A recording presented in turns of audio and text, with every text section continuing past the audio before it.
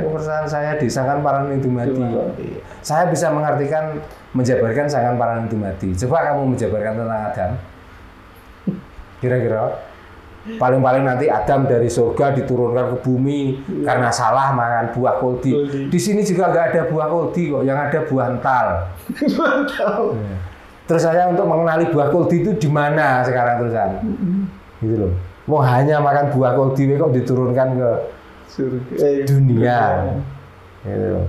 Kok Tuhan ini kok pemarah banget, hanya makan buah koldi. Lah kalau nggak boleh ya jangan dibuat, jangan ceritakan loh buah koldi supaya nggak dimakan, karena itu buah larangan. Ngapain susah sama membuat makanan yang terlarang? Memang Tuhan itu kurang gawe kan kira-kira. Apalagi waktu itu belum ada siapa-siapa. Iya, bisa dikatakan di surga masih sendirian. Nah, ditaruh di bumi pun untuk apa? Di bumi juga belum ada orang. Ya ruwet. Cara berpikirnya itu gimana? Itu kepengen punya pendamping saja harus disempalkan tulangnya. Bangetan. Nah kalau ajaran itu masuknya ke filosofi, oke. Iya. Nah baru masuk ya. Tapi kalau itu seolah-olah itu cerita fakta nyata, masa ada? Kira-kira zaman orang pertama itu sudah ada orang yang berpengalaman untuk mencatat.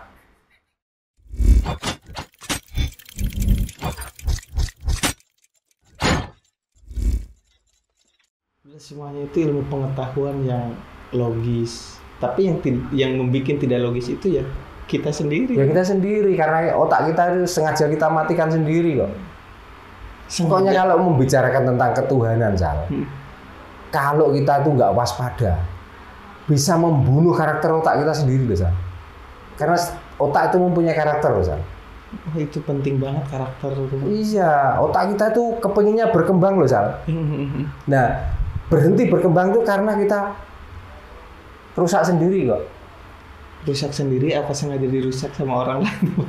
Lah, dirusak sama orang lain, dia kan penyampai. Sudah tahu orang lain itu sengaja untuk membunuh karakter otakmu, kok kamu nurut? Oh iya, ya. Nah, makanya jangan ikut-ikutan. Karena ilmu itu adalah penemuan sebenarnya, bukan ada yang hakiki. Belum ada di dunia ini ilmu yang hakiki. Ilmu yang hakiki itu bagaimana cara untuk menjaga hidup dan bagaimana cara untuk supaya kita itu awet hidup. Itu yang hakiki. Ya. Artinya gimana? Kalau lapar, ayo makan. Kalau dahaga, ayo kita minum. Itu yang hakiki. Ilmu matematika itu katanya ilmu yang tidak berbohong, tapi nyatanya masih bohong kok. Belum ada ilmu ini yang pasti itu belum ada. Iya. Kalau rokok 1 tambah 1 mungkin 2 rokok. Tapi kalau 1 laki-laki ditambah 1 perempuan menjadi 3 kok. Oh iya. Nah, makanya nggak ada ilmu di dunia ini ilmu yang hakiki, ilmu yang benar itu enggak. Bisanya benar itu adalah ilmu rasa, gitu loh. Setelah kita sudah bisa merasakan, ya paling tidak belum semuanya, tapi paling tidak sudah sedikit bisa merasakan. Itu baru menemukan ilmu kebenaran, yaitu ilmu satu, yaitu ilmu ketuhanan, yaitulah yang dinamakan ilmu tauhid. Rasa itu. Itu berarti kamu sudah menemukan Tuhan yang sejati dan sejatinya Tuhan. Gitu. Nah, itulah berarti kamu tuh ahli zikir, kamu ahli ibadah, dan kamu ahli segalanya setelah menemukan Tuhan yang sejati dan sejatinya Tuhan itu. Gitu. Jadi ahli zikir itu bukan komat kamit. Ahli zikir itu ahli cara berpikir. Semua apa yang ada di dunia ini adalah keberadaan Tuhan. Itu pikiran kamu. Gitu. Ahli ibadah, supaya hidupmu itu bisa sama seperti orang lain. Kalau orang lain bekerja, ya kamu harus bekerja, itulah ahli ibadah. Gitu. Iya mah, berarti ya kalau cara berpikir kita seperti itu, ini tuh konsep dari dulu ya, pemahaman leluhur kita itu seperti ini Mbah. Sebelum adanya teknologi gitu, emang udah seperti ini atau bisa dikatakan karena perkembangan zaman, jadi si pemikiran-pemikiran leluhur dulu itu berkembang mengikuti zaman? Atau Ya memangnya begini, terutama orang Nusantara itu ya. Orang Nusantara itu kan senengannya itu ilmu yang rubuh gedang. apa itu Pak? Asal ngikut. Nah dari dulu diajari ilmu Jawa juga begitu, asal ngikut. Asal itu. Ya masalah paham nggak paham itu terserah, yang penting ngikut. Gitu loh. Nah mestinya, tapi ya kebanyakan orang yang mengikuti juga memahami kebanyakan. Makanya orang dulu itu kalau sudah pengikut tentang ketuhanan, tentang ketauhidan, itu tenang-tenang hidupnya, sabar-sabar. Ya, cara beradabnya itu juga luar biasa. Nah, karena itu sudah terbiasa melakukan seperti ini, kok ada ajaran tentang Tuhan, kok ini ada nama Tuhan lain, maka berbodoh-bodohlah kepingin mencoba ngikuti nama Tuhan lain atau cara menyembah dengan Tuhan lain. Apalagi orang sini itu kan senangnya barang baru. Kalau ada barang baru, terlepas itu enak nggak enak, terlepas itu bener nggak bener, yang penting dicoba, kan gitu. Nah setelah dicoba terus ternyata kebanyakan merasakan tidak enak sekarang. Iya. Jadi luarnya masih seperti pengikut kepercayaan itu, tapi dalamnya sudah mulai berontak. Ya. Nah, akhirnya ya tadi dengan kaum milenial, sekarang sudah mulai mencari tentang ajaran-ajaran masa lalu yang terpendam, untuk digali, untuk dipelajari, supaya dia itu mendapatkan pengetahuan. Nah, seperti itu. Bukan karena zaman, bukan. Ya waktu yang menentukan. Waktu. Iya. Ya waktunya orang itu, kalau sudah katakan gini loh, kalau dikatakan pisang itu enak, Sal. Ya.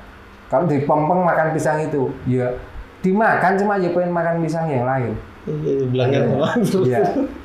Oh bisa dikatakan yang namanya sekarang kan ilmu pengetahuan logikalnya gitu kan, terus teknologinya sepertinya generasi milenial sekarang tuh mulai jenuh juga mungkin ya dengan hanya sekedar cerita. Ya jelas. Sebenarnya orang yang ngotot mempertahankan itu sebenarnya bukan dia itu masih getol-getolnya untuk mempertahankan kepercayaannya. Dia ngotot dan lain sebagainya. Aslinya dia tuh pengen mendapatkan terobosan. Nah, orang debat itu tujuannya apa toh? Mempertahankan pengetahuannya, apakah supaya dia tuh mendapatkan pengetahuan baru? Misal nyoteng saya, itu sebenarnya apa? Yang mendapatkan pengetahuan baru tuh. Kan mendapatkan pengetahuan baru toh. Bukannya misal itu belum tahu apa yang pernah saya sampaikan tuh, belum pernah sama sekali misal itu dengar. Sebenarnya sudah pernah dengar. Tapi supaya untuk bisa menggali lebih dalam lagi. Nah itu. Makanya kalau ada orang debat sampai mau tengkar dan lain sebagainya, ngapain kita tuh ikut marah-marah? Wis guyu lah wis. Nikmati lah ya. Itulah tandanya orang itu kalau sudah nggak puas dengan ilmunya. Makanya sampai debat. Gitu. Lah Tuhan kok diperdebatkan? Nabi kok diperdebatkan? Gitu. Kan aneh toh. Mestinya ya kita perdebatkan. Kamu kok bisa beli mobil? Bagaimana caranya? Nah, setelah bisa melakukan cara seperti apa yang saya kerjakan, kok bisa nggak mendapatkan? Nah, baru itulah saya sudah mengerjakan itu, tapi saya nggak bisa kok. Gitu. Nah, berarti kan caranya kamu bisa, tapi hasilnya tidak sama. Kan gitu toh. Itu yang dinamakan keseimbangan hidup ini tuh gitu ya. Nah iya makanya hidup ini harus seimbang kok. Ya. Harus seimbang kok. Balance ya.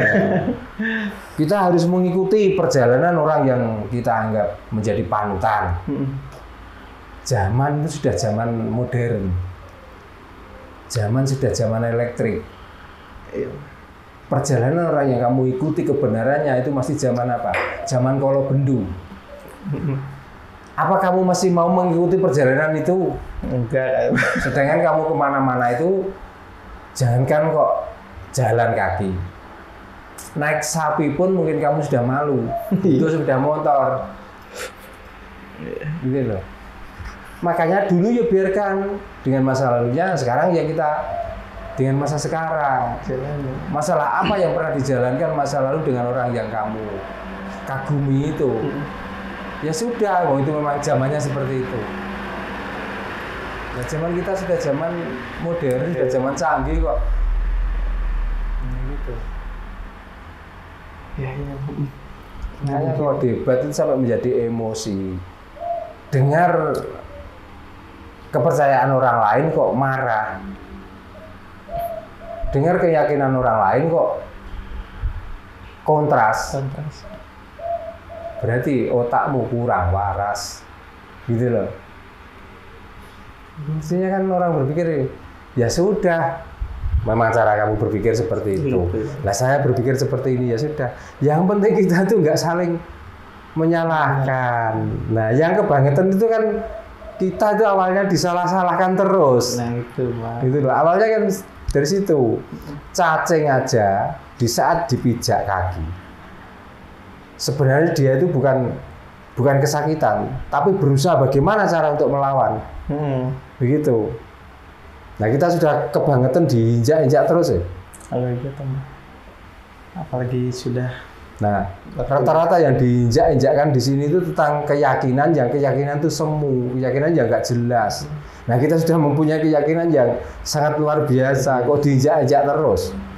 Juga mau loh. Iya teman. Iya. Punya hak juga kan? Punya hak, saya juga punya keyakinan kok. Saya punya bahasa Jawa. Nah saya kalau dibacakan dengan bahasa orang lain, saya nggak butuh dan saya nggak perlu. Nggak paham juga ya? Saya itu lebih paham dengan bahasa Jawa. Tapi kalau bisa menerangkan dengan bahasa Jawa yang benar dan kemantepan di hati saya itu pas, mungkin saya bisa mengikuti dan saya mau mengikuti. Tapi kalau sudah berseberangan, terus gak cocok, untuk apa? Makanya kalau ditanya, benarkah awal mula manusia itu dari Nabi Adam? Orang Jawa tidak mengenal Adam. Itu kenalan orang rata-rata dari Arab yang mengenal orang pertama itu Adam. Kalau di Jawa awal mula manusia yaitu sangkan paraning dumadi.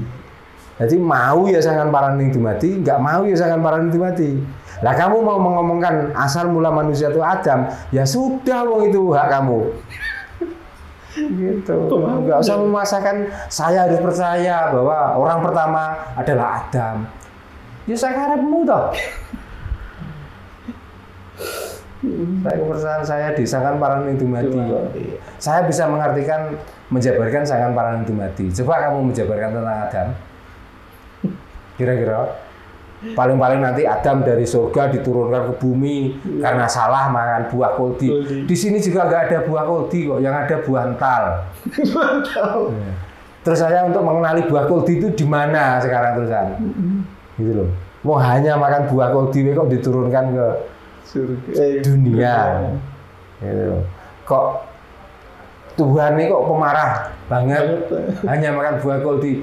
Lah kalau nggak boleh ya jangan dibuat, jangan ciptakan lo buah koldi supaya nggak dimakan karena itu buah larangan. Ngapain susah sama membuat makanan yang terlarang? Memang Tuhan itu kurang gawe kan kira-kira. Apalagi waktu itu belum ada siapa-siapa. Iya, bisa dikatakan di surga masih sendirian. Nah, ditaruh di bumi pun untuk apa? Di bumi juga belum ada orang. Ya ruwet. Cara berpikirnya itu gimana? Itu kepengen punya pendamping saja harus disempalkan tulangnya. Bangetan. Nah kalau ajaran itu masuknya ke filosofi, oke. Iya. Nah baru masuk ya. Tapi kalau itu seolah-olah itu cerita fakta nyata, masa ada kira-kira zaman orang pertama itu sudah ada orang yang berpengalaman untuk mencatat atau menulis sejarah itu kira-kira? Iya, apa ada? Gagal logis itu, maaf. Nah, keturunan yang ketiga saja loh. Katakan dari bapaknya turun ke anaknya, anak turun menjadi cucunya, cucu menjadi cicit. Itu pun mungkin belum ada waktu itu tempat bersekolah untuk mencatat. Yang melihat sekarang lo mencatat sejarah atau perjalanan orang itu masih ada kesalahan. Iya, di debat-debat masih. Apalagi itu sudah mungkin sudah udek-udek, sudah waring, sudah siwur yang nyatat. Berarti kalau gitu ngarang, nggak sejarah yang asli. Tapi kalau Sangkan Paranidimati sampai sekarang bisa dilogikakan. Iya. Masih bisa. Dari unsurnya dari mana? Dari apa terjadi seperti ini? Ya, lebih logis lah, Mbak. Nah, ini mengenai. Nah, itu bisa diterima oleh akal dan wujud nyata ini bisa dikoreksi loh, Salmasian. Iya, bisa diteliti. Benarkah dari unsur Sangkan Paranidimati itu menjadi otot, menjadi tulang, menjadi kulit? Benarkah? Dengan ilmu yang canggih sekarang menemukan dan membenarkan. Iya. Oh, berarti unsur yang dibicarakan ini itu di dalamnya ada ini dan ini menyerap dari unsur bumi yang namanya ini. Maka menjadi ini. Gak saya tak omong no, ini soalnya jorok banget aja ngomong. Iya. Nah, mungkin itu Mbak ya, saya ya begitu dahsyatnya gitu pengetahuan leluhur kita yang ya saya berharap gitu generasi sekarang kan sudah mulai menggali dan semoga aja gitu mereka itu bisa memahaminya juga gitu kan, Mbak. Ya kalau mau pelan-pelan, sabar, santai, nanti akan menemukan kok. 3 tahun atau 4 tahun yang lalu atau 5 tahun yang lalu lah katakan. Ambillah 5 tahun yang lalu. Ilmu Jawa itu sudah banyak digali. Bukan, sudah banyak diomongkan. Tapi nggak sebanyak orang sekarang loh, San, pencarinya. Iya. Malah ini saya ambil 5 tahun yang lalu. Ya. Makanya saya membayangkan 10 tahun yang akan datang. Kemudian dengan banyaknya orang pencari ajaran-ajaran untuk ilmu Jawa, saya yakin kok Jawa ini akan bangkit lagi. Iya. Dan saya juga sebenarnya ketakutan kok. Ketakutan dengan perkembangan zaman tentang agama ini. Gitu. Dengan tempat-tempat ibadah yang di mana-mana sangat luar biasa pesatnya pembangunannya itu. Karena sebenarnya orang Jawa itu butuh ketenangan, butuh kedamaian. Ya, dengan adanya tempat-tempat itu nggak tenang dan nggak damai kok. Sudah saya dibilang barang setan yo wes. Memang kalau saya dengar seperti itu berbeken terus terang. Saya yang paling ngomong pertama, saya berbeken dan panasan memang. Tapi bukan panas hati saya. Karena apa? Enggak beraturan. Gitu loh. Coba kalau mau beraturan, satu biar bunyi dulu, baru yang lain bunyi. Enggak perang suara. Inilah yang membuat hati saya itu panas. Sudah saya dibilang iblis, iya saya memang iblis. Tapi seenggaknya itu kan yang dirasakan ya saya pribadi juga gitu kan, kadang ya maknanya maksudnya nggak bisa mengambil maknanya, manfaatnya ketika ya namanya ya manfaatnya itu ya kalau ada speaker 5 atau 6 bunyi semua ya itu manfaatnya itu. Terus kalau padang dari jauh, wah di sini luar biasa ya, cuman itu tapi luar biasanya bukan karena apa-apa, kerasnya dari toanya itu loh luar biasa. Bagus ini ya, bagus ya. Akhirnya yang mendapatkan manfaat banyak siapa? Ya orang itu kafir itu akhirnya. Tukang toa ya. Ya tukang itu dan servis tekang benahi. powernya itu. Ya itu bagusnya. Karena kita nggak dapat manfaatnya, ya panasan akhirnya. Nah, gimana? Aku mau benahi powernya nggak bisa. Mau menciptakan tuanya nggak bisa. Jadi alasan saya itu logis ya.